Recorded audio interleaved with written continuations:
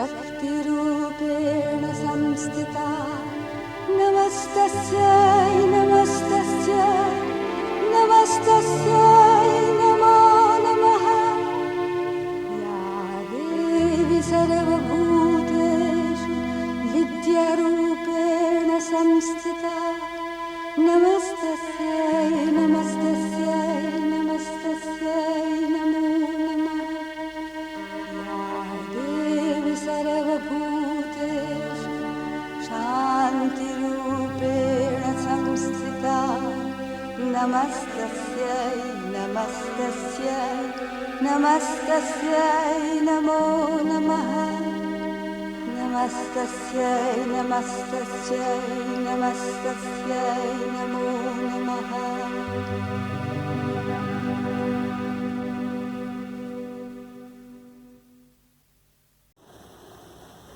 करुणामयी माँ परम प्रभु श्री अरविंद सावित्री अध्ययन वर्गरे सामिल होता समस्त अध्यात्म अभिप्सु भाई भौणीगण मांकर अपार करुणारू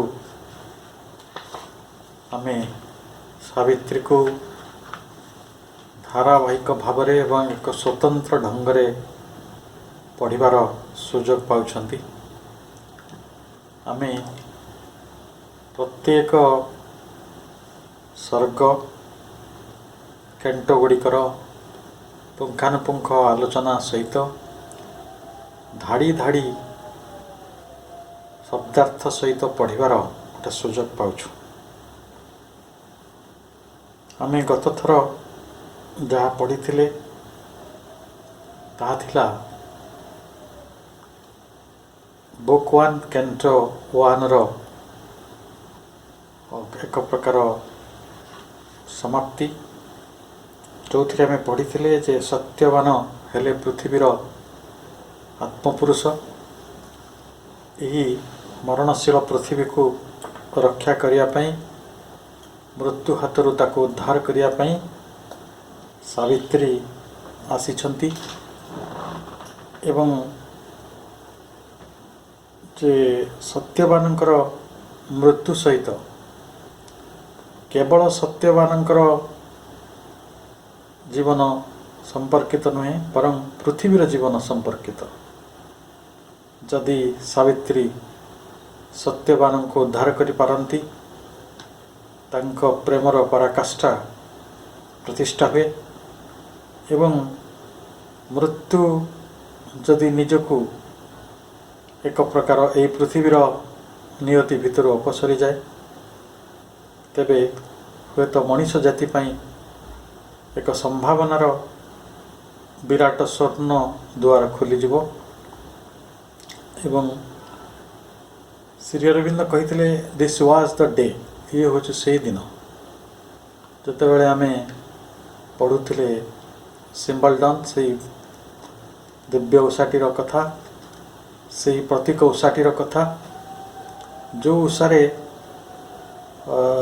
प्रकृत में पृथ्वीर भाग्य नियंत्रित हम केवल सत्यवान नुहे पृथ्वीर भाग्य नियंत्रित।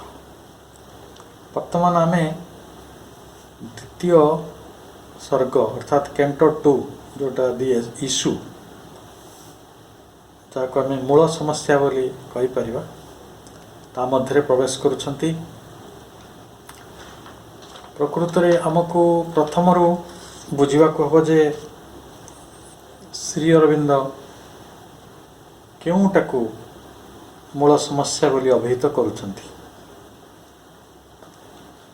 तेणु सकाळ हेले समस्त निद भांगे सावित्री निद भांगी एवं नारदंकर से भविष्यवाणी जे एक वर्ष पर सी पतिहर हेबे तांकर बरणीय प्रेमर देवता सत्यवानंकर आज मृत्युर दिवस।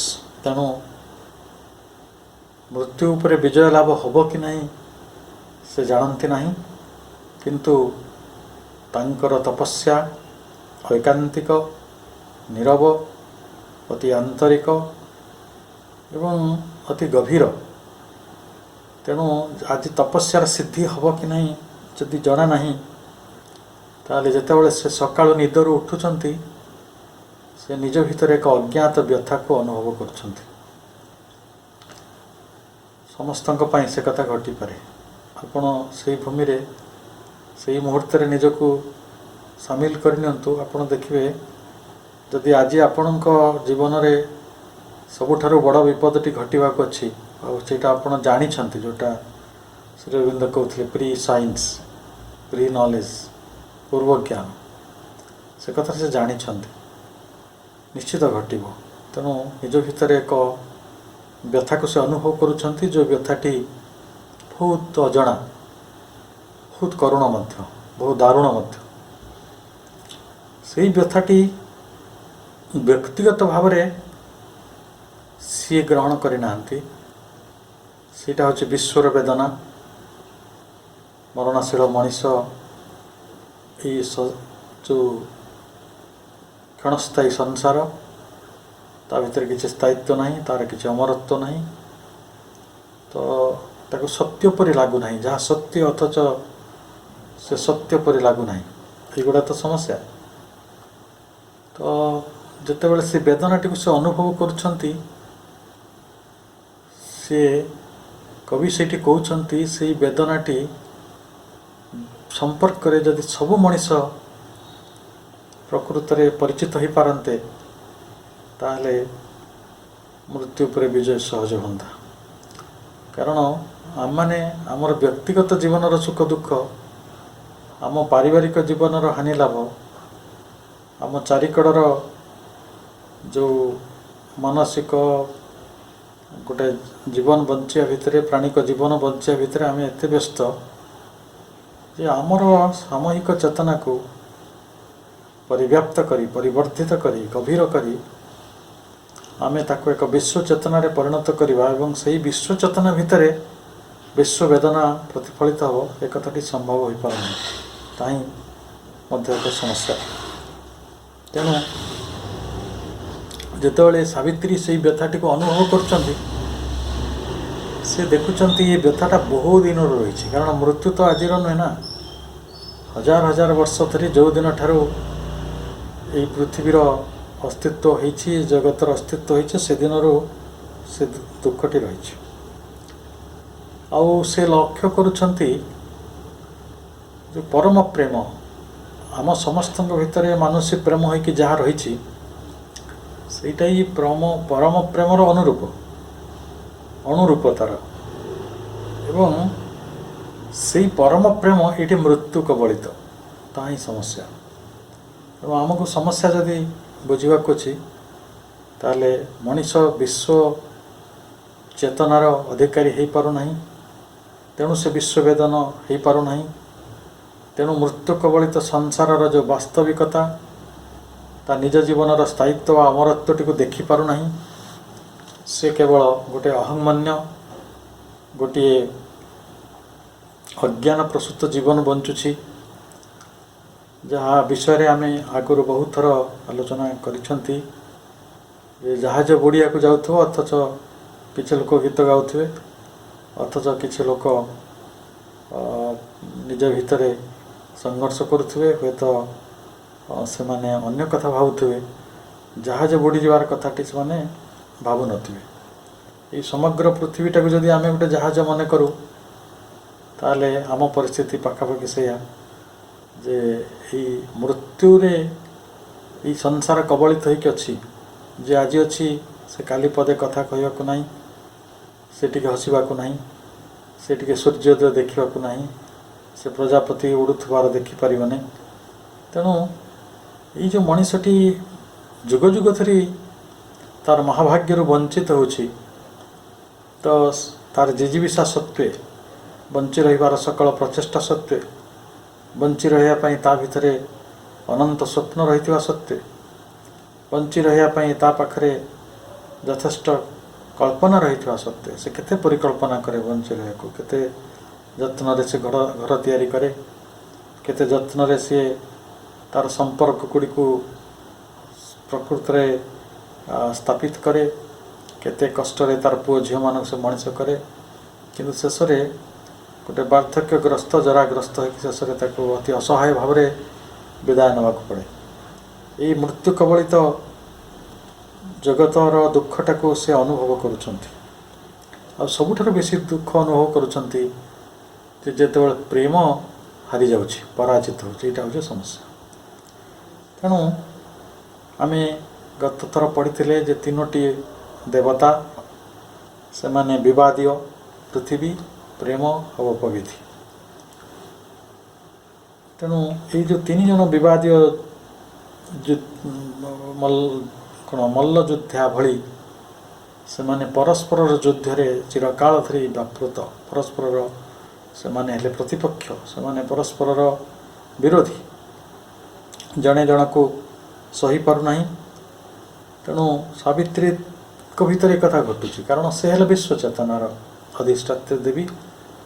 ସେ ବିଶ୍ୱକୁ ଯେହେତୁ ଧାରଣ କରିଛନ୍ତି, ବିଶ୍ୱର ବେଦନାକୁ ଧାରଣ କରିଛନ୍ତି, ଏ 3ଟି ଯାକ ତାଙ୍କ ନିକଟରେ ଅଛି, ନିକଟତର ହେଇକି ଅଛି। ଯାହା କିଛି ଘଟୁଛି ତାଙ୍କ ଚାରିକଡ଼େ। ତେଣୁ ସେ ଦେଖୁଛନ୍ତି ଯେ ଏଇ ପ୍ରଜ୍ୱଳିତ ହୃଦୟର ବହ୍ନି ତଳେ, କାରଣ ସେ ହେଉଛନ୍ତି ଆଲୋକପୁତ୍ରୀ, ସେ ନିଜେ ଜ୍ୟୋତିଶିଖା, ସେ ହେଉଛନ୍ତି ନିଜେ ଜ୍ୟୋତିରୂପିଣୀ। ତେଣୁ ସେ ଜ୍ୟୋତିରୂପିଣୀ ଦେଖୁଛନ୍ତି ଯେ ତାଙ୍କ ହୃଦୟର ବହ୍ନି ତଳେ ଏଇ ବିବାଦ ତ ଚାଲୁଛି, ବିବାଦର ମଧ୍ୟଭାଗରେ ଆଉ ଗୋଟେ ମହାନ ସତ୍ତା ଉପସ୍ଥିତ ଅଛନ୍ତି। ସେ ହେଉଛନ୍ତି ଯନ୍ତ୍ରଣାର ବିଶ୍ୱପୁରୁଷ, ଯିଏ ବିବର୍ତ୍ତନ ପାଇଁ ଅପେକ୍ଷା କରିଛନ୍ତି।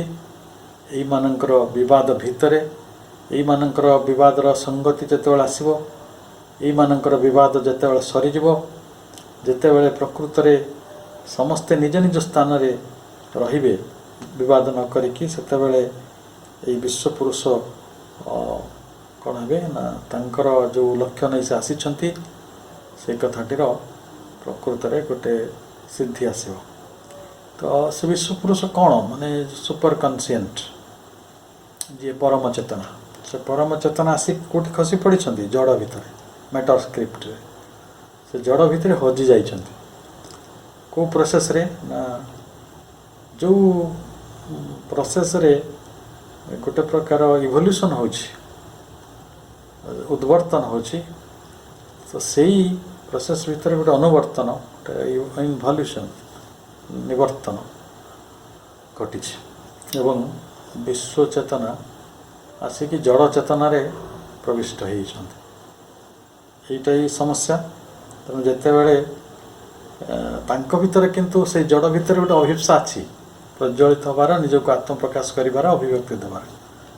ତେବେ ତ ସେଇ ଜଡ଼ ଭିତରୁ ପ୍ରାଣର ଉନ୍ମେଷ ହୋଇଛି।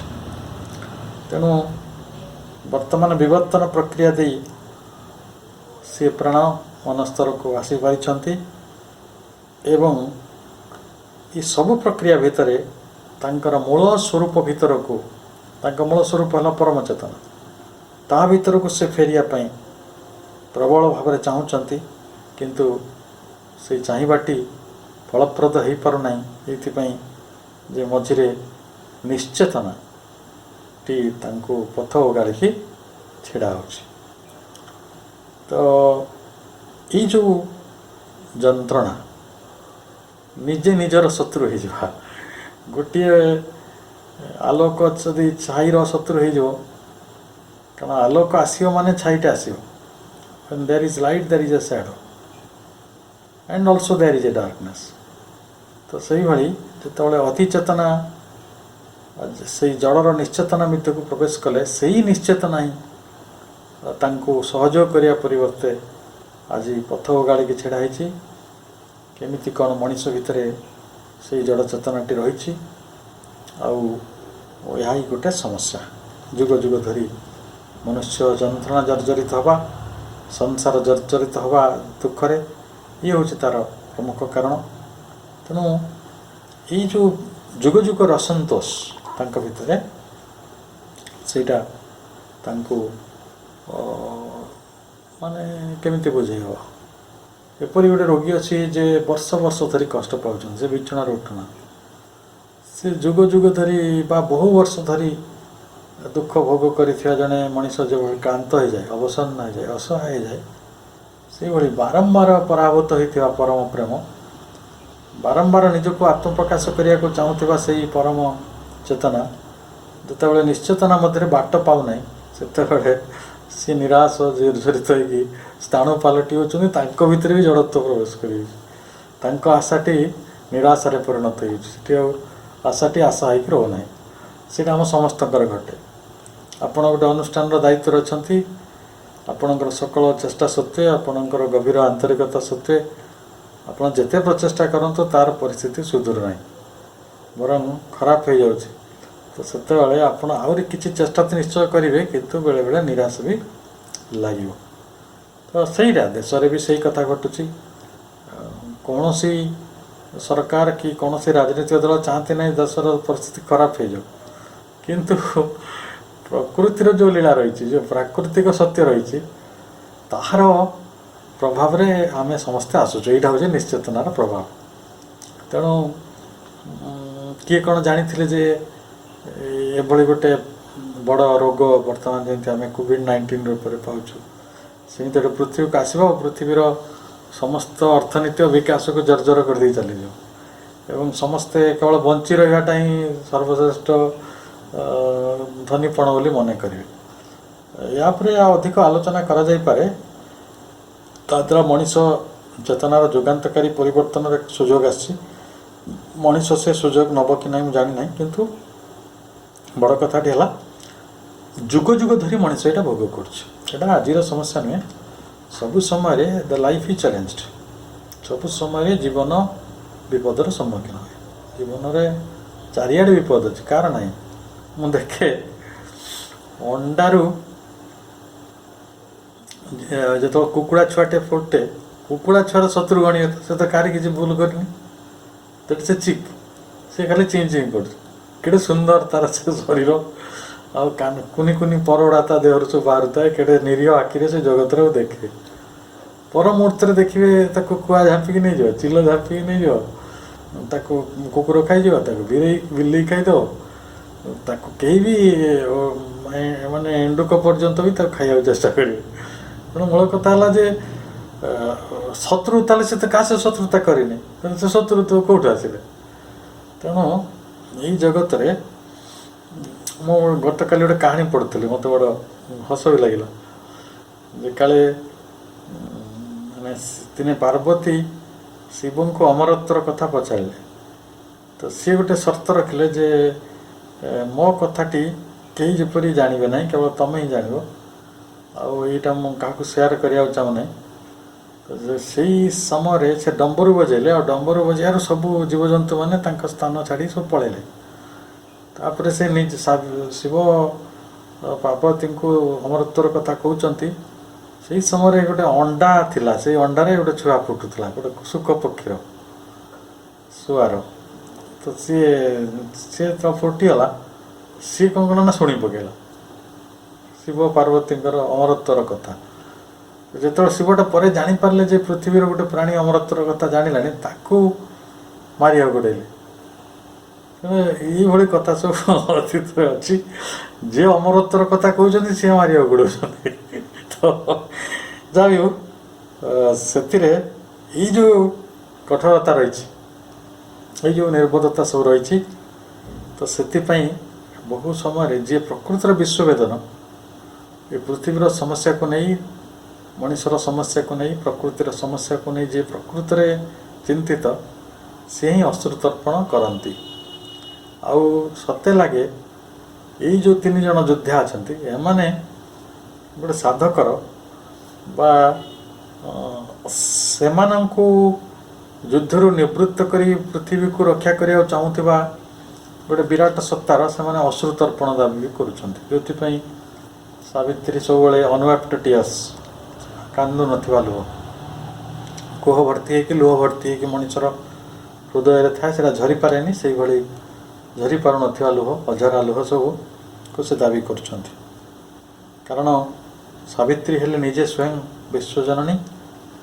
ମା' କେବେ ଚାହେଁ ନାହିଁ ତାଙ୍କ ସନ୍ତାନମାନଙ୍କର ଏଭଳି ଅପଘାତରେ ମୃତ୍ୟୁ ହେଉ, ଏବଂ ସେ ନିଜେ ମଧ୍ୟ ମର ଶରୀର ଧାରଣ କରିଛନ୍ତି ଏବଂ ବୁଝିବା ପାଇଁ ଯେ ଯେଉଁ ଜଗତଟାକୁ ସେ ବିହାଣ କରିଛନ୍ତି, जो मनुष्यटाକୁ ସେ ସୃଷ୍ଟି କରିଛନ୍ତି ସେ କିଭଳି ଭାବରେ ମରଣର ସମ୍ମୁଖୀନ ହୁଏ ଆଉ କିଭଳି ଭାବରେ ତାକୁ ମୃତ୍ୟୁ ସବୁ ସତ୍ୟ ଠାରୁ ଦୂରକୁ ନେଇଯାଏ ଏବଂ ମୃତ୍ୟୁ ନିଜେ ଗୋଟେ ସତ୍ୟ ଭଳି ତ ଦିଶେ କିନ୍ତୁ ମୃତ୍ୟୁ ହେଉଛି ଅସଲରେ ସବୁ ମିଥ୍ୟାର ବା ସବୁ ଫଲସୁଟ୍ର ଜନକ।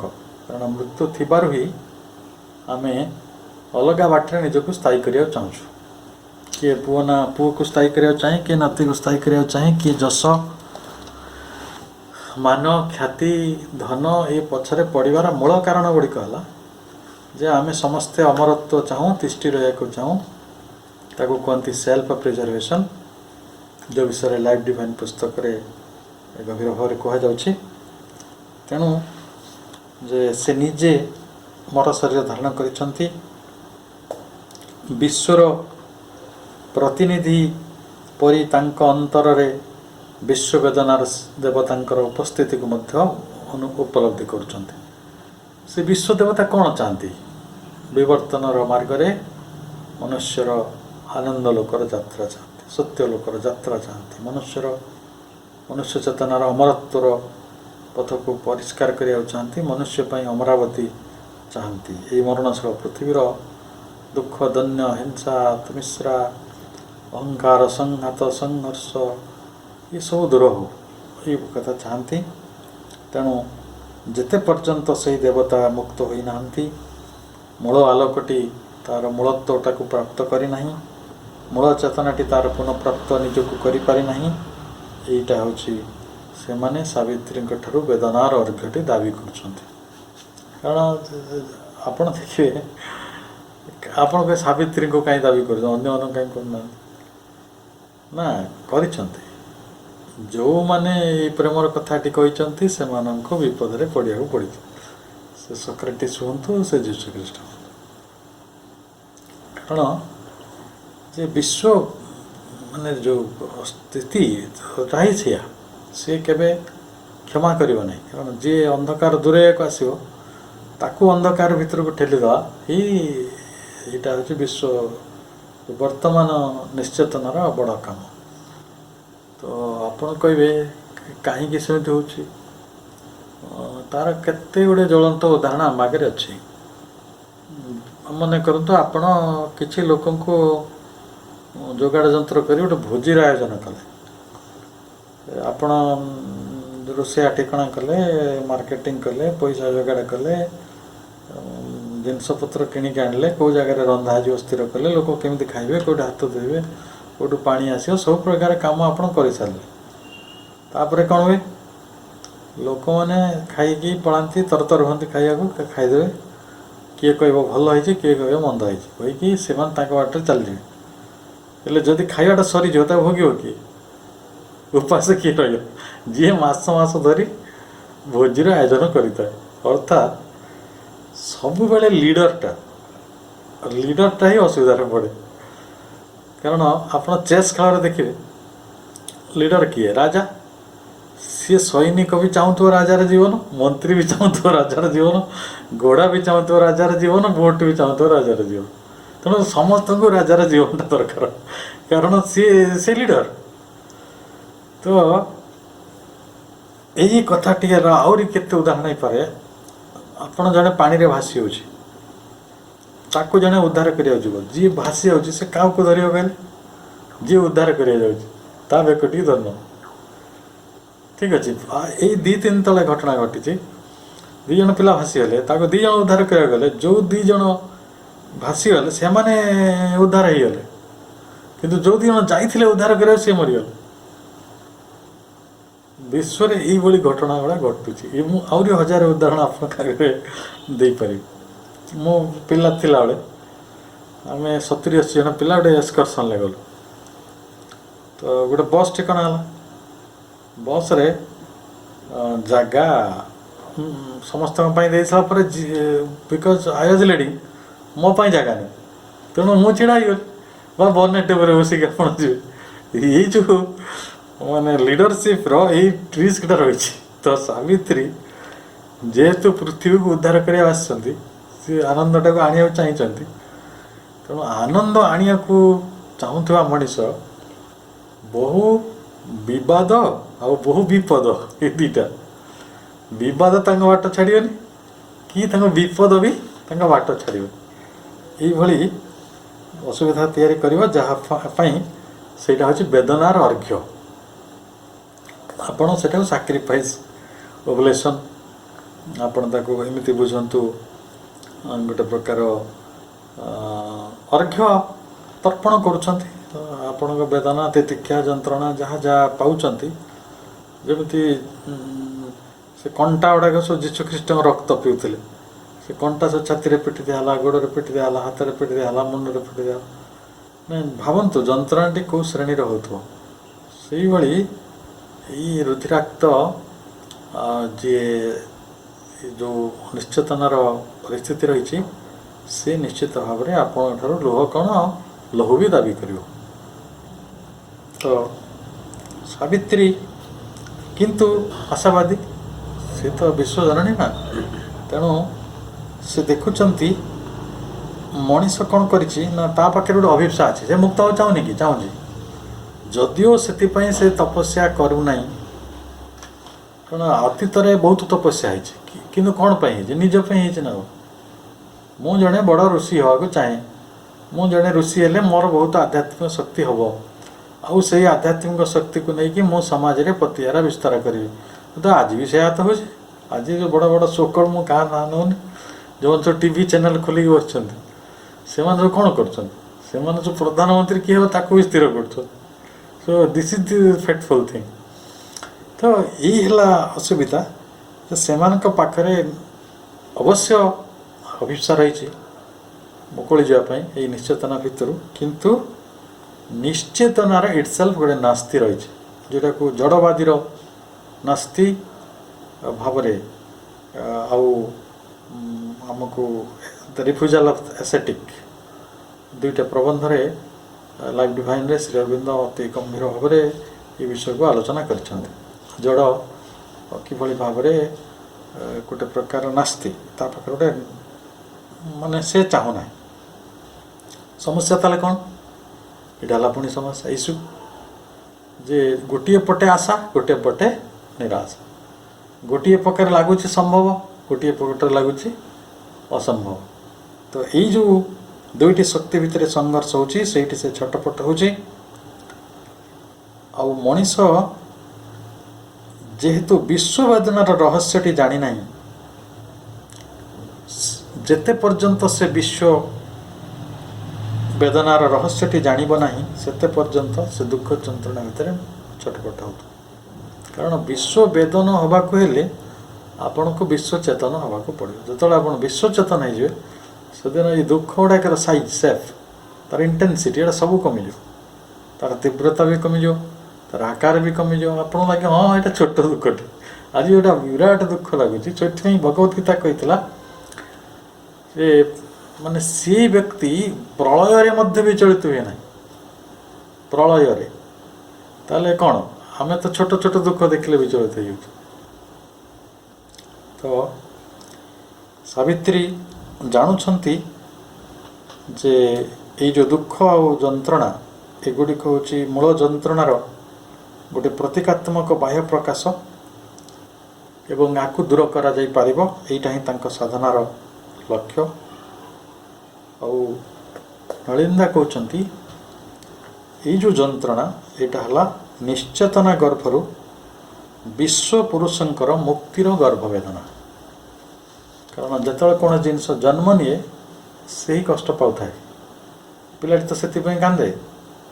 ତେଣୁ ଯେଉଁ ବିଶ୍ୱପୁରୁଷ ମୁକ୍ତି ପାଇଁ ଏଠି ଉପସ୍ଥିତ ରହିଛନ୍ତି ଏବଂ ନିଶ୍ଚେତନାର ଏଇ ଦୁଃଖଟିକୁ ଭୋଗ କରୁଛନ୍ତି, ଯେହେତୁ ତାଙ୍କର ଉଦୟ ହେବାର, ତାଙ୍କର ମୁକ୍ତି ଲାଭ କରିବାର ସମୟ ଆସି ଉପସ୍ଥିତ ହେଲାଣି, ତେଣୁ ସେଇ ଯନ୍ତ୍ରଣାଟି ସେ ଭୋଗ କରୁଛନ୍ତି। ତେଣୁ ଆଜିର ପୃଥିବୀରେ ଯନ୍ତ୍ରଣାର ପରିମାଣ ଆଉ ଯନ୍ତ୍ରଣାର ଯେଉଁ ବିଭିନ୍ନ ପ୍ରକାର ଦିଗ ବିଦିଗ ବହୁ ବାଟରେ ଉନ୍ମୋଚିତ, ବହୁ ବାଟରେ ପ୍ରତିଭାତ। ଆମକୁ ଲାଗୁଛି ସତରେ ଏଇ ଯନ୍ତ୍ରଣାର ତତଲା କଢ଼େଇ ସତେ ଏ ପୃଥିବୀଟା। ଆମେ ସବୁ ଚିତ୍ର ଦେଖିନଥିଲେ, ଯେଉଁ ଯମପୁରୀରେ ମଣିଷମାନଙ୍କୁ ସବୁ ତେଲ କଡ଼େଇରେ ସିଝାଯାଏ, ଫୁଟାଯାଏ, ସେଇଭଳିଆ ଏଇ ପୃଥିବୀର ଲୋକଗୁଡ଼ା ତପ୍ତ ହେଉନାହାନ୍ତି। ଆମେ ସିରିଆକୁ ଗଲେ, ସିରିଆ ଗୋଟେ ଦେଶ ଯେଉଁଠି ଲୋକମାନଙ୍କୁ ପଛ ଆଡ଼କୁ ଗୋଡ଼ ହାତ ବାନ୍ଧି ଦେଉଛନ୍ତି, ଦେଇକି ଟାଙ୍ଗି ଦେଉଛନ୍ତି, ତେଣୁ ନିଆଁ ଲଗାଇ ଦେଉଛନ୍ତି। ଏଇଭଳି ଜହ୍ଲାଦ ଗୁଡ଼ିକ, ଆସୁରିକ ଶକ୍ତି ଗୁଡ଼ିକ ଜଗତରେ କାମ କରୁଛି। ତେଣୁ ଏସବୁର ସମାଧାନ ରୂପରେ ଶ୍ରୀ ଅରବିନ୍ଦଙ୍କର ଅତିମାନସିକ ସତ୍ୟ ଗୋଟେ ବିରାଟ ସମାଧାନ ନେଇକି ଆସୁଛି। ଆଉ ତା'ର ମୂଳ ସମସ୍ୟାଟି ହେଲା ଯେ ଆମେ ଗୋଟିଏ ପଟେ ଅଭିପ୍ସା ରଖିଛୁ, ଆଉ ଗୋଟିଏ ପଟେ ଅସହାୟତା ରଖିଛୁ, ଏବଂ ସେଇଟା ସମ୍ଭବ ହେଉନାହିଁ। ଏଇ ମୁକ୍ତି ଯୁଦ୍ଧଟି ଚାଲି ରହିଛି। ସାବିତ୍ରୀ ବିଶ୍ୱଗତ ଦିବ୍ୟ କରୁଣାର ମୂର୍ତ୍ତିମନ୍ତ ବିଗ୍ରହ, ଯିଏ ଏଇ ନିଶ୍ଚେତନାର ଭୂମିରେ, ଜଡ଼ର ଭୂମିରେ ମାନବ ରୂପ ଧାରଣ କରିଛନ୍ତି ଏବଂ ସେ ମନୁଷ୍ୟର ସଂଘର୍ଷକୁ ଜାଣନ୍ତି।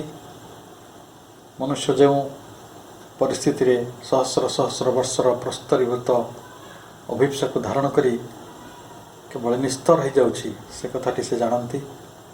ତେଣୁ ଯେଉଁ ନିସଙ୍ଗ ଦେବତା ଧ୍ୟାନମଗ୍ନ ଅବସ୍ଥାରେ ବିଶ୍ୱ ପୁରୁଷ ଭାବରେ ପ୍ରକୃତିରେ ତପସ୍ୟା କରୁଛନ୍ତି ବିବର୍ତ୍ତନର ଶେଷ ପାବଚ୍ଛରେ ପହଞ୍ଚିବା ପାଇଁ, ତାଙ୍କୁ ବି ସେ ଜାଣନ୍ତି। ତେଣୁ ତାଙ୍କୁ ଜାଗ୍ରତ କରିବା ପାଇଁ ସାବିତ୍ରୀଙ୍କୁ ଶ୍ରମ ସ୍ୱୀକାର କରିବାକୁ ପଡ଼ିବ। ଏବଂ ମୁକ୍ତିର ଗୋଟେ ଶ୍ରମ ଅଛି, ବିନା ପ୍ରଚେଷ୍ଟାରେ କିଏ ମୁକ୍ତି ହେଇଯାଏନି। ମୁକ୍ତି ପାଇଁ ସବୁବେଳେ ସଂଘର୍ଷ କରିବାକୁ ପଡ଼େ। ମୁକ୍ତି ଗୋଟେ ସଂଗ୍ରାମ, ସେହି ସଂଗ୍ରାମଟି ବିବର୍ତ୍ତନର ଦେବତା କରୁଛନ୍ତି। ତ ଆମେ ବର୍ତ୍ତମାନ ପୃଷ୍ଠା 11ରୁ ଯେଉଁ ବୁକ୍ଟୁ ଆରମ୍ଭ ହେଉଛି ତାର ଟେକ୍ସଟ ଗୁଡ଼ିକ ପଢ଼ିବା। ଆମେ ତ ଧାଡ଼ି ଧାଡ଼ି ପଢ଼ୁଛନ୍ତି, ତେଣୁ ଆମେ ସେମିତି ହିଁ ଗତି କରିବା। A while withdrawn in secret fields of thought, her mind moved in a many imaged past that lived again and saw its end approach. Dying, it lived imperishable in her, transient and vanishing from transient eyes, invisible, a fateful ghost of self. It bore the future on its phantom breast. A while withdrawn in secret field of thought. A while ମାନେ କିଛି କ୍ଷଣ ପାଇଁ, କିଛି ସମୟ ପାଇଁ, withdrawn ହେଲା ପ୍ରତ୍ୟାହାର କରିନେବା, in secret fields of thought. ସାବିତ୍ରୀଙ୍କ ଭିତରେ ଯେଉଁ ଚିନ୍ତା ଚାଲୁଥିଲା, ସେଇ ଚିନ୍ତାଟି ଆମମାନଙ୍କର ଚିନ୍ତା ଭଳି ନୁହେଁ। ତାଙ୍କ ଚିନ୍ତା ଆମ ପହୁଞ୍ଚର, ଆମ କ'ଣ କୁହାଯିବ, ଆମେ ସେଇ ଚିନ୍ତା ପାଖରେ ଆମେ ପହଞ୍ଚି ପାରିବାନି। କାରଣ ସିଏ ହେଲା ଗୋଟେ ଅଲଗା ଚେତନାର ଭୂମି। ଏବଂ ସେଇ ଚେତନାରେ ଯେମିତି ଜଣେ ଦାର୍ଶନିକ କ'ଣ ଚିନ୍ତା କରୁଥାନ୍ତି, ଜଣେ ଚିତ୍ରକର କ'ଣ ଚିନ୍ତା କରୁଥାନ୍ତି, ଜଣେ ବୈଜ୍ଞାନିକ କ'ଣ ଚିନ୍ତା କରୁଥାନ୍ତି, ଜଣେ ନୃତ୍ୟବିତ କ'ଣ ଚିନ୍ତା କରୁଥାନ୍ତି, ଜଣେ ସଙ୍ଗୀତ ବିଶାରଦ କ'ଣ ଚିନ୍ତା କରୁଥାନ୍ତି, ତା ଭିତରେ ଫରକ ରହିଛି। କାରଣ ସମସ୍ତଙ୍କର ଚିନ୍ତାର ଭୂମି ଅଲଗା ଅଲଗା। ସେହିଭଳି ସାବିତ୍ରୀ କ'ଣ ଚିନ୍ତା କରୁଛନ୍ତି ସେଇଟା ସାଧାରଣ ମଣିଷର ପାଇଁ ଅପରିଚିତ। ସେଥିପାଇଁ କୁହାଗଲା ଗୋଟେ ସିକ୍ରେଟ୍ ଫିଲ୍ଡସ୍ ଅଫ୍ ଥଟ୍। ସେଇଟା ହେଉଛି ଗୋଟେ ଗୋପନୀୟ ଚିନ୍ତାର ଭୂମି। ସେ ଗୋପନୀୟ ଚିନ୍ତା ଭୂମିରୁ ସେ ନିଜକୁ କିଛି କ୍ଷଣ ପାଇଁ ଅପସାରଣ କରିନେଲେ, ପ୍ରତ୍ୟାହୃତ କରିନେଲେ। କାରଣ ବର୍ଷେ ହେଲା ସେ କ'ଣ ସାଧନା କରୁଛନ୍ତି ଆପଣ ଜାଣନ୍ତି। ତାହା ଯଦିଓ ଗୋଟେ ପ୍ରତୀକ ଭାବରେ ଦିଶୁଛି ବ୍ୟକ୍ତିଗତ ଜଣଙ୍କର ମୃତ୍ୟୁ ପାଇଁ ସିଏ ତପସ୍ୟା କରୁଛନ୍ତି ତାଙ୍କ ମୃତ୍ୟୁ କବଳରୁ ଉଦ୍ଧାର କରିବା ପାଇଁ, କିନ୍ତୁ ପ୍ରକୃତରେ ତାଙ୍କର ଏଇ ଜଗତକୁ ଆସିବାର ଗୋଟେ ଲକ୍ଷ୍ୟ ରହିଛି, ମିଶନ ରହିଛି। ସେ ଜଣେ ମିଶନାରୀ ଭାବରେ କାମ କରୁଛନ୍ତି ଏବଂ ସମଗ୍ର ମାନବ ଜାତିର ମୁକ୍ତି ପାଇଁ ସେ କାମ କରୁଛନ୍ତି। ତ ଏଇ ବର୍ଷେ ଭିତରେ ଜଣେ ସିରିୟସ୍ ସାଧିକା ଭାବରେ ଅତି ଗମ୍ଭୀର ଶ୍ରେଣୀର ସାଧନା କରିଥିବା, ତାଙ୍କ ନୀରବରେ ସେ ସାଧନା, ସେ କିଏ ଦେଖିନାହିଁ ସେ ସାଧନା, କାହାକୁ ଦେଖିବାର ସେ ଭାଗ୍ୟ ହେବ ନାହିଁ।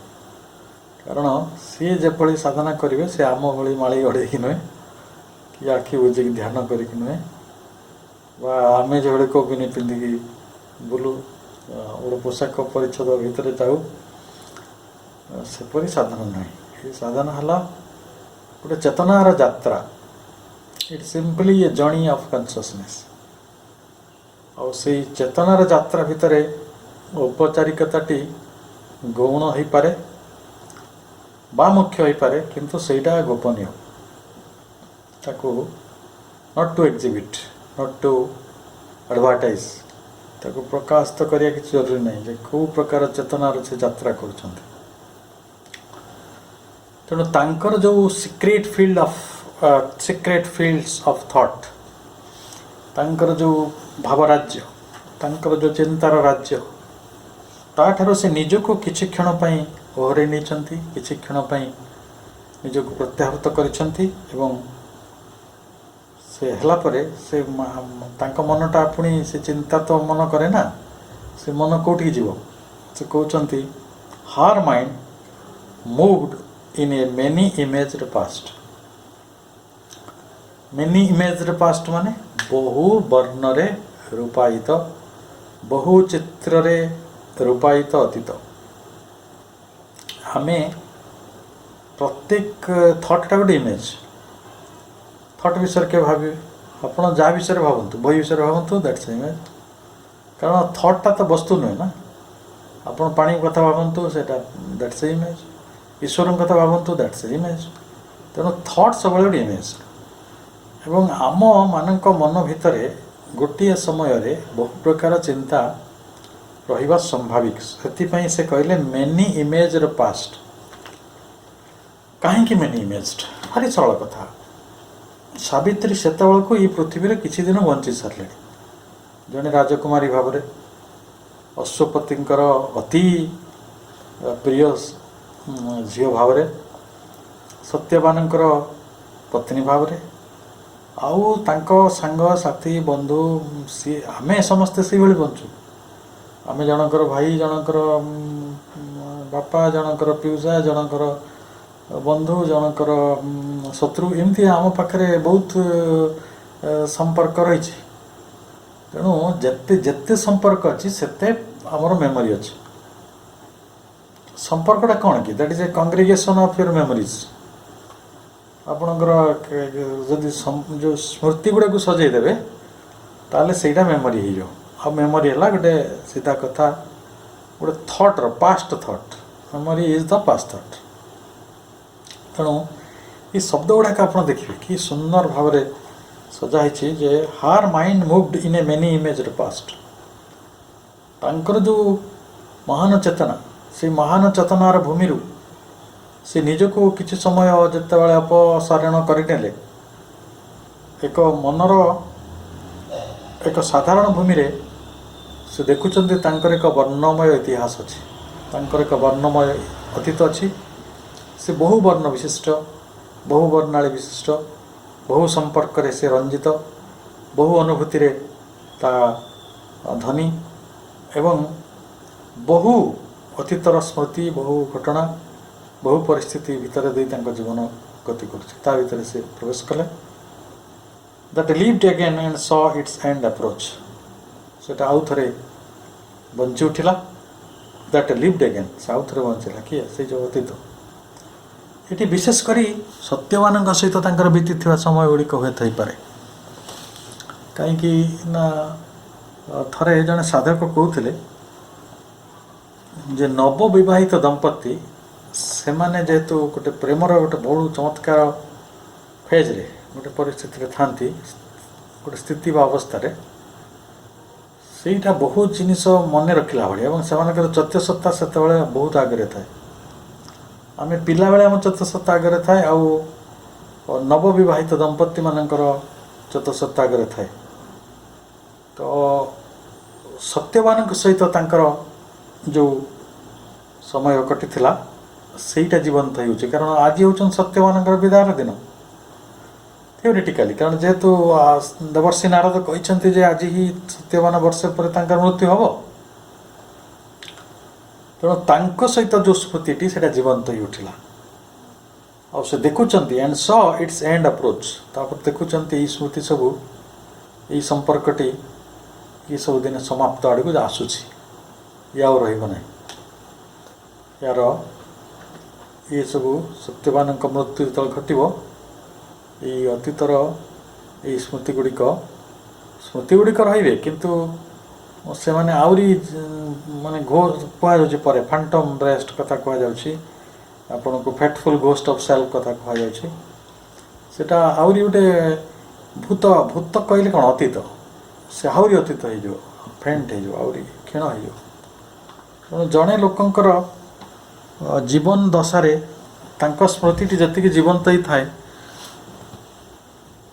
ତାଙ୍କର ଅବର୍ତ୍ତମାନରେ ତାଙ୍କ ସ୍ମୃତିଟି ସେତିକି ଜୀବନ୍ତ ହିଁ ରହିପାରେ ନାହିଁ। ଏଥିପାଇଁ କୁହାଯାଉଛି ସ ଇଟ୍ସ ଏଣ୍ଡ ଆପ୍ରୋଚ୍। ତେଣୁ ସତେ ଯେପରି ସିଏ ତାର ସେଇ ସ୍ମୃତି ସବୁ ଅନ୍ତ ଗୁଡ଼ାକ ନିକଟ ହେଇ ଆସୁଥିଲା।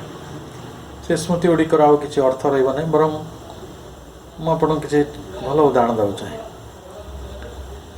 ମନେ କରନ୍ତୁ ଆପଣ ପରିବାରରେ ବାପା ଥିଲେ, ଅଶୀତିପର, ବହୁତ ଦିନ ବଞ୍ଚିଥିଲେ, କେତେ ଶାସ୍ତ୍ର ଆଲୋଚନା କରୁଥିଲେ, କେତେ ସୁନ୍ଦର ସଙ୍ଗୀତ ସାଧନା କରୁଥିଲେ, କେତେ ବଡ଼ ଚିନ୍ତକ ଥିଲେ, କେତେ ନୀରବ ମଣିଷଟେ ଥିଲେ। ଯେତେବେଳେ ତାଙ୍କ ଅବର୍ତ୍ତମାନ ହୁଏ, ସେ ଏଇ ପୃଥିବୀରେ ଆମ ସାଙ୍ଗରେ ରହନ୍ତି ନାହିଁ, ତାଙ୍କ ମୃତ୍ୟୁ ହୁଏ, ସିଧା କଥା, ତାହେଲେ ଆମେ କ'ଣ କରୁ? ତାଙ୍କ ସ୍ମୃତିଟା ଆମ ପାଇଁ ଆନନ୍ଦମୟ ହୁଏ କି ଯନ୍ତ୍ରଣାଦାୟକ ହୁଏ? ଯନ୍ତ୍ରଣାଦାୟକ ହୁଏ। ତେଣୁ ଅନେକ ସମୟରେ ଆମେ ତାଙ୍କ ସ୍ମୃତିକୁ ଯାଉନାହିଁ, ଆମକୁ ଭଲ ଲାଗେନି ସେ କଥାଟା ମନେ ପକାଇବାକୁ। ମୁଁ ବହୁତ ସମୟ ଦେଖିଛି, ଜଣେ ଲୋକ ମରିଗଲେ ଅକାଳରେ, ଗୋଟେ କମ୍ ବୟସର, ସେ ତାର ସମସ୍ତ ଜିନିଷପତ୍ରକୁ, ତା ଲୁଗାପଟା, ତା ଜୋତା, ତା କମ୍ପ୍ୟୁଟର, ତା ମୋବାଇଲ, ସମସ୍ତେ ତାକୁ ମଶାଣି ବୋହିକି ପଠାଇଦେଲେ। ତାର କାରଣ ସେଟା ରଖିଲେ ହିଁ ସେ ପିଲାଟା ମନେ ପଡ଼ିବ। କିନ୍ତୁ ଏଇଟା ଗୋଟେ ଭାରି ବିକଳ ଚେଷ୍ଟା। ମନେ ପଡ଼ିବ, ତା ଜୋତା ଯୋଗୁଁ ମନେ ପଡ଼େ, ତା ତ ନୁହେଁ ନା, ମନେ ପଡ଼ିବା ଗୋଟେ ଅଲଗା ଜିନିଷ। କିନ୍ତୁ ମଣିଷ ସେ ଚେଷ୍ଟା କରେ, ଅର୍ଥାତ୍ ସେ ଭାବେ ଯେ ଏଇ ସ୍ମୃତି ଗୁଡ଼ିକର ଗୋଟେ ଅନ୍ତ ଘଟିପାରିବ, ବା ସେ ତ ଚାଲିଗଲେ, ତାଙ୍କ ସହିତ ତାଙ୍କ ସ୍ମୃତିଟା ବି ଚାଲିଗଲା, କାରଣ ତାଙ୍କ ସ୍ମୃତି ଆମକୁ ଦୁଃଖ ଦିଏ। ମନେ କରନ୍ତୁ ମୁଁ ମୋ ମାଆଙ୍କୁ ଝୁରି ହେବି, ଆଉ ସେଇଟା ମୋତେ କେଉଁ ବାଟରେ ଲାଭ ଦେବ? ତା ତ ନୁହେଁ ନା। ତେଣୁ ଝୁରି ହେବାଟା ଗୋଟେ ପ୍ରକାର ରିଗ୍ରେସନ୍, ଏଇଟା କୁହାଯିବ ଟିକେ ପରେ, ତାଙ୍କୁ ପଛକୁ ଫେରାଇ ଆଣିବା। କିନ୍ତୁ ଆମେ ଯଦି ସ୍ମୃତିଟାକୁ ଭଲ ଭାବରେ ବୁଝିଛୁ, ତାହେଲେ ସେଇଠି ସବୁକିଛି ଶେଷ ହେଉନାହିଁ। ସେ ଗୋଟେ ସୂକ୍ଷ୍ମ ସ୍ତରର ସମ୍ପର୍କ ତେଣିକି ଆରମ୍ଭ ହୁଏ, ସ୍ଥୂଳତର ସ୍ତର ସମାପ୍ତ ହୁଏ। ଆଉ ଆମକୁ ସ୍ଥୂଳ ସ୍ତରରେ ଯେହେତୁ ସମ୍ପର୍କ ରଖିବା ପାଇଁ ଆମେ ଅଭ୍ୟସ୍ତ, ଆମେ ସୂକ୍ଷ୍ମ ସ୍ତରର ସମ୍ପର୍କ ପାଇଁ ଅନେକ ସମୟରେ ନାରାଜ ହେଇଯାଉ, ଅସ୍ୱୀକାର କରୁ। ଯେଉଁଟା ଆପଣଙ୍କୁ ସେ ପ୍ରସଙ୍ଗଟା ମନେ ଥିବ, ଯେବେ କୃଷ୍ଣ ଗୋପୀମାନଙ୍କୁ ଛାଡ଼ିକି ଦ୍ୱାରକା ଚାଲିଗଲେ, ସେ ଅକ୍ରୁର ହାତରେ ଗୋଟେ ଚିଠି ପଠାଇଲେ ଯେ ମୋର ଗୋପୀମାନଙ୍କୁ, ଯେଉଁମାନେ ମୋର ଭକ୍ତ ଥିଲେ, ଯେଉଁମାନେ ମୋତେ ଦେଖିଲେ ଖୁସି ହେଉଥିଲେ, ଯେଉଁମାନେ ମୋତେ ଆନନ୍ଦର ଧନ ବୋଲି ଭାବିଥିଲେ, ତ ସେମାନଙ୍କୁ ଯାଇ କହିଥିଲେ ଯେ ମୁଁ ସେମାନଙ୍କୁ ଉପଲବ୍ଧ ଅଛି, କିନ୍ତୁ ସୂକ୍ଷ୍ମ ରୂପରେ, ଧ୍ୟାନରେ, ସ୍ଥୂଳ ରୂପରେ ଉପଲବ୍ଧ ନାହିଁ। ତ ସେ ଗୋପୀମାନେ ଏତେ ବିଗିଡ଼ିଲେ ସେ ଅକ୍ରୁର ଉପରେ, ତା ଚିଠି ଚିରିଦେଲେ। ସେମାନେ କହିଲେ ଯେ ଆମକୁ ସ୍ଥୂଳ ରୂପଟା ଦରକାର ଅଛି, ଆମେ ସେ ସୂକ୍ଷ୍ମ କିଛି ବୁଝିନାହୁଁ। ତ ଏଇଟା ତ ସାବିତ୍ରୀଙ୍କ କ୍ଷେତ୍ରରେ ପ୍ରଯୁଜ୍ୟ ନୁହେଁ, କିନ୍ତୁ ସାଧାରଣ ସ୍ତରରୁ କୁହାଯାଉଛି ଯେ ସେ ସତ୍ୟବାନଙ୍କ ସହିତ ତାଙ୍କର ସ୍ମୃତିର ଦିନ ଗୁଡ଼ିକୁ ମନେ ପକାଇଲେ ସେଇଟା ଆଉ ଥରେ ଜୀବନ୍ତ ହେଇ ଉଠିଲା। ହେବ ସ୍ୱାଭାବିକରେ, ଯାହାଙ୍କର ଆଜି ବିଦାୟର ଦିନ, ତେଣୁ ତାଙ୍କ କଥାଟା ତ ବେଶୀ ମନେ ପଡ଼ିବ ନା। ତ ଏବଂ ସେ ଦେଖୁଛନ୍ତି ଏଇ ସ୍ମୃତି ଗୁଡ଼ିକରେ କିଛି ଅର୍ଥ ନାହିଁ, ଏଇଟା ଆଜି ବି ସମାପ୍ତ ହେଇଯିବାର ସମ୍ଭାବନା ରହିଛି। ଡାଇଂ, ଏଇଟା ମୁମୂର୍ଷୁ, ଏଇ ଚିନ୍ତା ଗୁଡ଼ିକ, ତାଙ୍କ ସହିତ ସମ୍ପର୍କଟି ମୁମୂର୍ଷୁ, ସରିଯିବ, ଏହାର ଅନ୍ତ ଆସୁଛି। It is approaching its end, but it lived imperishable in her. ସେଇ କଥାରେ କହୁଛି ସୂକ୍ଷ୍ମ ରୂପ, ଇମ୍ପେରିସେବଲ୍, ଅର୍ଥାତ୍ ଯାହା ଆଦୌ କ'ଣ ହେବ? ବିନାଶ ହେବ ନାହିଁ, ଯେ ନଷ୍ଟ ହେବ ନାହିଁ, ଅବିନାଶ। ତେଣୁ ତାଙ୍କ ଭିତରେ ତାଙ୍କର ସ୍ମୃତିଟି, ତାଙ୍କର ସମ୍ପର୍କଟି, अविनाशी अटे।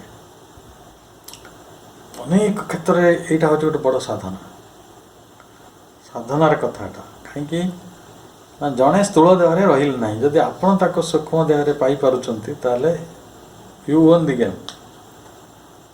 स्थूल रूप में पाइबाटा सहज समस्ते पाइपर किंतु सूक्ष्म रूप में समस्त द्वारा उपलब्ध होती ना। तेणु एक कह जदिओ से स्मृति से संपर्कटी डाइंग मरुची मुमूर्षु किंतु इट लिव्ड इम्पेरिसेबली इन हार एटा तांका भितर से भाई जीवंत हो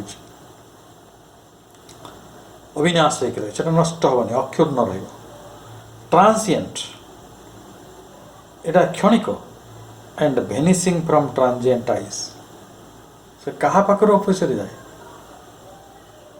देख गोटे श्रीराधा गोटे कविता बही अच्छी ओडिशार जड़े विशिष्ट कवि रमाकांत रथंकर कविता सरस्वती सम्मान पाई आम मान भर कई जब पढ़ी से कवितार गोटे जगार कहुई कहारी को जना ना तुम अच्छ कहीं कहले सी तो समस्त कृष्ण मरीगले मरीगला पर समस्ते नहीं देह देह को विसर्जन करदे तापर किए कह कि से बंची ताले यहाँ transient and vanishing from transient eyes आमर आखि गुड़िक ट्रांजिएंट तेणु से सब कथा भेनिशिंग विलुप्त हो जाए। ठीक है जी मुझे ये विषय भल उदाहरण देवी आपड़ खाऊँ खाଇବା बड़ीगला आम के मन दुख करूँ ए मुझे खाई पार्ली तापर आप पकई दूसरे अच्छा से अन्य तो खाऊ ना खाऊना कुकुर खाई दूसरी बिले खाई दूसरी जब कुकुर बिले भी खाइले गाई पलत भी कहीं खाइले सेटा जीवाणु बीजाणु भूताणु मानक भी खाद्य हो। ठीक है यही संरचना सेमती अर्थात मनीष गोटे किसी दूरपन देखिपुर गोटे ट्रांजिएंट आईरु से अनुसार तार मृत्यु तार विनाश तार क्षय ये से देखुची किंतु प्रकृति कौन आम ऋषि मैंने जो मैंने प्रज्ञादीप्त थे से देखी से कही पंच महाभूत आसीला पंच महाभूत विलीन होगा से वायु थिला वायु होगला माटी थिला माटी होगला अग्नि थिला अग्नि होगला तो कौन असुविधा है खाली रूप परिवर्तन होगला जहाँ स्थूल थिला ता सूक्ष्म परिणत होगला जहाँ क्षुद्र थिला ता विराट रे परिणत होगला दृष्टि सब सेमती। तेणु आमको ये जो आम ट्रांजिएंट आईरे ट्रांजिएंट वे देखुचु क्षणिक अस्थायी उपाय देखुचु तो transient and vanishing from transient eyes invisible a faithful ghost of self निज सत्तार एक भविष्यत प्रेत ने आम अलक्ष्य गोटे भविष्य निर्णयकारी प्रेत छाया परि से वास करुए एवं it bore the future on its phantom breast भविष्यतर भाग्यटी को सी तार फैंटम ब्रेस्ट कहले छायामय वक्षरे धारण करुए। मूल कथाटी है जे आम भितरे पुरातन चिंता सबू स्थायी होई रहे ना सत किंतु तार सूक्ष्म प्रभाव रही से कहुच्छे प्रेत छाया बुझा तो तेणु सूक्ष्म भाव में जोटा रहा घोस्ट ऑफ सेल्फ प्रतिच्छवि हम ना तार स्थूल रूप ना तेणु एथिरे जे केवल जो गोटे छाप रही जाऊँगी सेल्फ घोस्ट ता नुहे बरं से रोची एवं आमर भविष्य को मध्य तैयारी करुचे ये कथा कें बुझा जे आम जीवन रे कौन घटुची आम जीवन को कौ प्रकार चिंता आसी आम केते प्रगति करुछु केते पतन आमर होची एगुड़िक आमे गुरुत्व दौना आम खाली बंची चलचु भूल गुड़ा को भी जस्टिफाई कर ठीक गुड़ा को भी जस्टिफाई कर किंतु से जो सेल्फ जो आपण छाई सांगे चली आपण भाई छाई भाया चली ମାନେ କ'ଣ କୁହାଯିବ ଗୋଷ୍ଟ ଅଫ୍ ସେଲ୍ଫ, ସେଇଟା ଆପଣ ଚେତନା କହିପାରନ୍ତି, ସତ୍ତା କହିପାରନ୍ତି, ଆଉ କିଛି ତାର ନାଁ ଦେଇପାରନ୍ତି। ସିଏ କିନ୍ତୁ ଏକଥାକୁ ହିସାବ କରୁଛି ଏବଂ ପ୍ରତ୍ୟେକ ବ୍ୟକ୍ତିର ବିକାଶ ଆଉ ବିନାଶର ମାପକାଠି ତାଙ୍କ ପାଖରେ ଅଛି। ପରବର୍ତ୍ତୀ ଜନ୍ମ ଗୁଡ଼ିକରେ ଆମ ଚେତନା ଗୁଡ଼ିକୁ ନିର୍ଦ୍ଧାରଣ କରିବାରେ, ଆମ କର୍ମ ଗୁଡ଼ିକୁ ନିର୍ଦ୍ଧାରଣ କରିବାରେ, ଆମର ଚରିତ୍ରକୁ, ଆମର ପ୍ରକୃତିକୁ, ସବୁ କଥାକୁ ନିୟନ୍ତ୍ରଣ କରିବାରେ, ଏପରିକି ଆମ ପରିସ୍ଥିତି ଗୁଡ଼ିକ। ଜଣେ ଲୋକ ଯେତେବେଳେ ଗୋଟେ ଖୁବ୍ ପରିସ୍ଥିତିରେ ପଡ଼େ, ଆମେ କହୁ ତା ପୂର୍ବଜନ୍ମର କିଛି ଭୁଲ ଥିଲା। ତେଣୁ ସେ ପୂର୍ବଜନ୍ମର କଥାଟା କିଏ ମନେ ରଖିଥିଲା? ନିଜର ଚୈତ୍ୟ। ସେଥିପାଇଁ ଗୋଟେ କମ୍ପ୍ୟୁଟର ନାହିଁ। ତେଣୁ ଇନଭିଜିବୁଲ୍, ସେ ଅଦୃଶ୍ୟ, ଏ ଫେଟଫୁଲ୍ ଘୋଷ୍ଟ ଅଫ୍ ସେଲ୍ଫ। ତେଣୁ ସେ ନିଜ ସତ୍ତାର ଭବିଷ୍ୟତର ମାନେ ଗୋଟେ ପ୍ରେତ ଭଳିଆ ସେ କ'ଣ କରିଛନ୍ତି ନା ଆମର ଭବିଷ୍ୟତଟିକୁ ସେ ଜନ୍ମ ଦେଉଛି। ସେଇଟାକୁ ଆମେ କହୁଛୁ ଭାଗ୍ୟ, କାରଣ ସେଇ ତ ହିସାବ ରଖୁଛନ୍ତି ନା। ତେଣୁ ଆମ ଜୀବନଟି କେବଳ ଆମେ ବୁଝିଛୁ ଦୁଇ ପ୍ରକାରେ, ମୋତେ ଜୀବନଟି ସୁଖ ଦେଉଛି ବା ଜୀବନଟି ଦୁଃଖ ଦେଉଛି।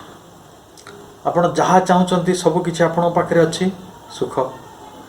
ଯାହା ଚାହୁଁଛନ୍ତି ଅନେକ ଜିନିଷ ଆପଣଙ୍କ ପାଖରେ ନାହିଁ, ଦୁଃଖ। ଆପଣ ଯେଉଁ ସମ୍ପର୍କଟା ଖୋଜୁଥିଲେ ସେଇଟା ଅଛି, ସୁଖ। ଯେଉଁଗୁଡ଼ାକ ଖୋଜୁଛନ୍ତି ସେଇଟା ପାଉନାହାନ୍ତି, ଦୁଃଖ। ଆମେ ଖାଲି ସୁଖ ଦୁଃଖ ଭିତରେ ବଞ୍ଚୁଛୁ। କିନ୍ତୁ ଆମର ଅନ୍ତରାତ୍ମା, ଆମର ଯେଉଁ ଦ ଘୋଷ୍ଟ ଅଫ୍ ସେଲ୍ଫ, ସିଏ କ'ଣ କରୁଛନ୍ତି ନା ସିଏ ଆମର ଭବିଷ୍ୟତ ନିର୍ମାଣ କରୁଛନ୍ତି ଏଇଥିପାଇଁ ଯେ ସିଏ ଜାଣନ୍ତି ଯେ ସୁଖ ଆମେ କେତେ ପାଇଲେ, ଦୁଃଖ କେତେ ପାଇଲେ, ସମ୍ ଟୋଟାଲରେ ଏଇ ଆତ୍ମାର କେତେ ପ୍ରଗତି ହେଲା, ଏ କେତେ ବାଟ ଚେତନାର କ୍ଷେତ୍ରରେ ନିଜକୁ ପ୍ରଗତି କରାଇଲେ। ଆମେ ପରବର୍ତ୍ତୀ ଧାଡ଼ି ଗୁଡ଼ିକୁ ପଢ଼ୁଛୁ। Along the fleeting events of far backward trail, regressed the stream of the insistent hours, and on the bank of a mysterious flood, peopled with well-loved forms now seen no more, and the subtle images of things that were, her witness period stood reviewing time. Fleeting events କହିଲେ ଦ୍ରୁତଗାମୀ ଘଟଣା, ଯାହା ଆମ ଯଦି ଆପଣ ଟ୍ରେନ୍ରେ ଗଲାବେଳେ ଦୃଶ୍ୟ ଗୁଡ଼ା ସବୁ ପଛକୁ ଚାଲିଯାଉଛି, ସେଟା କୁହାଯିବ ଫ୍ଲିଟିଂ ସିନ୍, ଧାବମାନ ଘଟଣା। ଆଉ ଟ୍ରେନ୍ କହିଲେ ଏଠି ପଦଚିହ୍ନ ରିଗ୍ରେସ୍ର କଥା କହୁଥିଲି, ଯାହା ହେଉଛି ଅପୋଜିଟ୍ ଅଫ୍ ପ୍ରୋଗ୍ରେସ୍। ପ୍ରଗତି କରିବାଟା ପ୍ରୋଗ୍ରେସ୍ କଲେ, ତାର ଅପୋଜିଟ୍ଟା ହେଉଛି ରିଗ୍ରେସ୍। ତାପରେ ରିଭ୍ୟୁଇଂ ତ ଅର୍ଥ ବୁଝୁଛନ୍ତି। ବର୍ତ୍ତମାନ ଆମେ ଯାହା ପଢ଼ିଲେ ତାର ଅର୍ଥ ମୋଟାମୋଟି ଏଇଆ ଯେ ସାବିତ୍ରୀଙ୍କର ସାକ୍ଷୀ ଚେତନ ଥିଲା। ତା କାରଣ ସେ ଏଠିକାର ସୁଖ ଦୁଃଖରେ ଭାଗ ନେବାକୁ ଆସିନଥିଲେ, କାରଣ ତାଙ୍କର ଏଇଠି ସୁଖରେ କିଛି ଯାଏ ଆସେ ନାହିଁ, କି ଦୁଃଖରେ କିଛି ଯାଏ ଆସେ ନାହିଁ, କାରଣ ତାଙ୍କର ମିଶନ ଅଲଗା। ତେଣୁ ଆମେ ଗତ କ୍ୟାଣ୍ଟୋରେ ପଢ଼ିଥିଲେ ଯେ ମଣିଷର ଛୋଟ ଛୋଟ ଖୁସିରେ ସେ ଭାଗ ନେଉନଥିଲେ। ତ ତାଙ୍କର ଯେଉଁ ସାକ୍ଷୀ ଚେତନା ସେ କ'ଣ କରୁଥିଲା ନା ଏଇ ଯେଉଁ ଫ୍ଲିଟିଂ ଟାଇମ୍, ଯେଉଁ ଧାବମାନ ଘଟଣା ଗୁଡ଼ିକୁ ସେ କେବଳ ପର୍ଯ୍ୟବେକ୍ଷଣ କରୁଥିଲା, ଦେଖୁଥିଲା। କାହିଁକି ନା ସେ ତ ସାକ୍ଷୀ ଚେତନା ନା, ସାକ୍ଷୀ ଚେତନା ତା କାମ ହେଲା ଦେଖିବା। ତେଣୁ ତାଙ୍କର ଅତୀତ ଜୀବନ, ତାଙ୍କ ଜୀବନ ତ ପାଇଁ ଘଟଣା ଅଛି, ଜୀବନ ଅଛି ମାନେ ଘଟଣା ଅଛି, ପରିସ୍ଥିତି ଅଛି, ଅନୁଭୂତି ଅଛି, ସମ୍ପର୍କ ଅଛି। ଜୀବନ ଅଛି ମାନେ ତା ସବୁ ଅଛି। ତେଣୁ ତ ଅଛି ସେଟା କେଉଁଠି ପଶ୍ଚାତ ଗତିରେ ଯିବ କି ଆଗକୁ ଯିବ? ପଶ୍ଚାତ ଗତିରେ ଯିବ, ଫ୍ଲିଟିଂ ସେଥିପାଇଁ କୁହାହେଲା। 1990 ମସିହାରେ ଯେଉଁ ଘଟଣା ସବୁ ମୋ ପାଇଁ ଘଟିଥିଲା ସେ ପଳେଇଲାଣି। 92ରେ ଯେଉଁଟା ଘଟିଥିଲା ସେ ପଳେଇଲାଣି। 2010ରେ ଯାହା ଘଟିଥିଲା ତାହା ପଳେଇଲାଣି। ଏଇ ବର୍ଷ ଜାନୁଆରୀରେ ଯାହା ଘଟିଥିଲା ତାହା ଚାଲିଗଲାଣି। ଗତକାଲି ଯାହା ଘଟିଥିଲା ତାହା ମଧ୍ୟ ଚାଲିଗଲାଣି। ଏଇଟା ପଶ୍ଚାତ ଗତିରେ ଅଛନ୍ତି। ତ କାଳର ଏଇ ପ୍ରଭାବଟାକୁ କେହି ଏଡ଼େଇ ଦେଇପାରନ୍ତି ନାହିଁ।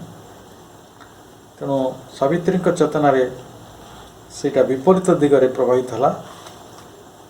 ତେଣୁ ଘଟଣା ସବୁର ରହସ୍ୟମୟ ପ୍ଳାବନର ତଟ ଦେଶରେ and the bank of mysteries plot ସେ କ'ଣ କଲେ ନା peopled with well loved forms now seen no more. Well loved forms ମାନେ ବହୁ ପ୍ରେମର ରୂପ, ଆମେ ଯାହାକୁ ଅତି ପ୍ରିୟ ରୂପାବଳୀ ସବୁ ଭରପର ହେଇଥିଲା ସେଟା ଆଉ ଦିଶୁନାହିଁ। ସିନେମାର ଦୃଶ୍ୟ ଭଳିଆ ଆପଣ ମନେ ପକାନ୍ତୁ କେତେ ଚମତ୍କାର ରୂପ ସବୁ ଆମ ଚାରିକଡ଼େ ଥିଲେ ଅତୀତରେ, ତେଣୁ ସେ ଆଉ ନାହିଁ। And the subtle images of things that were, ସେମାନେ ସବୁ ସୂକ୍ଷ୍ମ ପ୍ରତିରୂପ ହେଇକି ଥିଲେ, ସେଗୁଡ଼ିକ ଆଉ ଦିଶୁନାହିଁ। ତ ହାର୍ ୱିଟନେସ୍ ସ୍ପିରିଟ୍ ଷ୍ଟୁଡ୍ ରିଭ୍ୟୁଇଂ ଟାଇମ୍, ତେଣୁ ତାଙ୍କର ଯେଉଁ ୱିଟନେସ୍ ସୋଲ୍, ତାଙ୍କର ଯେଉଁ ୱିଟନେସ୍ ସ୍ପିରିଟ୍ ସାକ୍ଷୀ ହବାକୁ ଆସିଥିଲା। ସାକ୍ଷୀ, ଆମେ ତ ସାକ୍ଷୀ ହେବାର କଷ୍ଟ, ଆମେ ସାକ୍ଷୀ ପୁରୁଷ ହେବାଟା କଷ୍ଟ। ଆଉ ଯୋଗ ହିଁ ସେଇ କଥା କହୁଛି, ସାକ୍ଷୀ ବନ, ସାକ୍ଷୀ ହୁଅ, ଘଟଣାରେ ଲିପ୍ତ ହେବା ଦରକାର ନାହିଁ। ଦେଖନ୍ତୁ ଆପଣଙ୍କ ଯେତେବେଳେ ଡ୍ରାମା ହୁଏ, ଲୀଳା, ଏଇ ଜଗତକୁ ଯେଉଁ ଲୀଳା କହିଛନ୍ତି, ସେ ଲୀଳାରେ ଦୁଇ ପ୍ରକାର ବ୍ୟକ୍ତି ଅଛନ୍ତି। ଗୋଟେ କିଛି ଲୋକ ଅଛନ୍ତି ଯେଉଁମାନେ ରାଜା ରାଣୀ ହେଇଛନ୍ତି, ସେମାନେ ତାଙ୍କ ସଂଳାପ କହୁଛନ୍ତି, ତାଙ୍କ ଯୁଦ୍ଧ ଲଗୁଛନ୍ତି, ତାଙ୍କର ଯାହା ଯାହା କରିବା କଥା ସେଇଟା କରୁଛନ୍ତି ଷ୍ଟେଜ୍ ଉପରେ। ଆଉ ଯେଉଁ ଦେଖଣାହାରୀ ଅଛନ୍ତି, ଖାଲି ଦେଖୁଛନ୍ତି। ତେଣୁ ମଜାଟା କିଏ ନିଅନ୍ତି? ନାଟକର ଲେଖକ, ଡାଇରେକ୍ଟର, ଅଭିନେତା କେହି ଦୁଃଖ ସୁଖ ନେଇପାରନ୍ତି। କାହିଁକି କହିଲେ ସେମାନେ ତା ଭିତରେ ବହୁତ ସିରିୟସ୍ ଥାନ୍ତି, ଇନଭଲ୍ଭମେଣ୍ଟ ଥାନ୍ତି। ତାଙ୍କ କ୍ୟାରେକ୍ଟର ଖରାପ ହେଲେ ମନ ଦୁଃଖ କରନ୍ତି, ଭଲ ହେଇଗଲେ ଖୁସି ହେଇଯାନ୍ତି। ଅର୍ଥାତ୍ ସେମାନେ ତାକୁ ଏନ୍ଜୟ କରିପାରନ୍ତି, ବହୁତ ଟେନସନ୍ରେ ଥାନ୍ତି। କିନ୍ତୁ ଯେ ଦର୍ଶକ ସେ ସବୁ କଥା ଏନ୍ଜୟ କରୁଥାଏ, ଭୁଲ ହେଲେ ବି ସେ ଏନ୍ଜୟ କରୁଥାଏ, ଠିକ୍ ହେଲେ ବି ସେ ଏନ୍ଜୟ କରୁଥାଏ। ତ ଏଇ ଯେଉଁ ଦର୍ଶକ ହେବା, ଏଇଟା ଗୋଟେ ସମସ୍ତଙ୍କ ଭାଗ୍ୟରେ ଜୁଟେ ନାହିଁ। ତେଣୁ ସାବିତ୍ରୀ ଜୀବନଟି ବଞ୍ଚୁଥିଲେ, ତାଙ୍କ ଜୀବନ ଚାରିକଡ଼କୁ ବହୁ ସମସ୍ୟା ଆସିଥିଲା, କିନ୍ତୁ ସେଇ ସମସ୍ୟାର ବା ସେଇ ଘଟଣା ଗୁଡ଼ିକର ବା ତାଙ୍କ ଚାରିକଡ଼ୁ ଆସିଥିବା ଯେଉଁ ମଣିଷମାନଙ୍କର ୱେଲ୍ ଲଭ୍ଡ ଫର୍ମସ୍, ଯେଉଁ ୱେଲ୍ ଲଭ୍ଡ ଫର୍ମସ୍ ମାନେ ଫର୍ମ କହିଲେ ରୂପ, ସେ ରୂପମାନେ ଯେଉଁମାନେ ସବୁ ଆସିଥିଲେ ତାଙ୍କ ଚାରିକଡ଼କୁ, ସେ ସବୁକୁ ଗୋଟେ ସମୀକ୍ଷକର ଆଖି ଭଳିଆ, ରିଭ୍ୟୁଇଂ ଟାଇମ୍, ସେ କାଳକୁ ଖାଲି ସମୀକ୍ଷା କରୁଥିଲେ, ତନ୍ନ ତନ୍ନ କରି ଦେଖୁଥିଲେ, ନିରୀକ୍ଷଣ କରୁଥିଲେ। ଏହି ସମ୍ପର୍କରେ ଆମେ ଆସନ୍ତା ଏପିସୋଡ଼ରେ ଅଧିକ ଆଲୋଚନା କରିବା। ଇଏ ବହୁତ ଯୋଗର କଠିନ ଏବଂ ସୂକ୍ଷ୍ମ ବିଷୟ, ତେଣୁ ଆମେ ଆଜିର ଏହି ଆଲୋଚନାକୁ ଏଇଠି ସମାପ୍ତ କରିବା।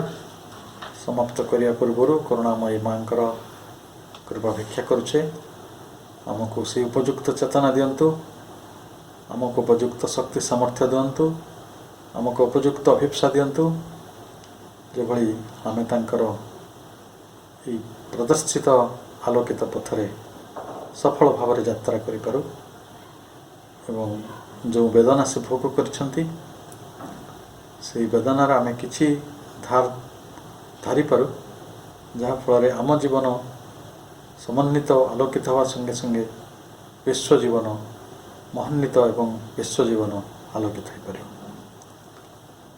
ସମସ୍ତଙ୍କୁ ଧନ୍ୟବାଦ।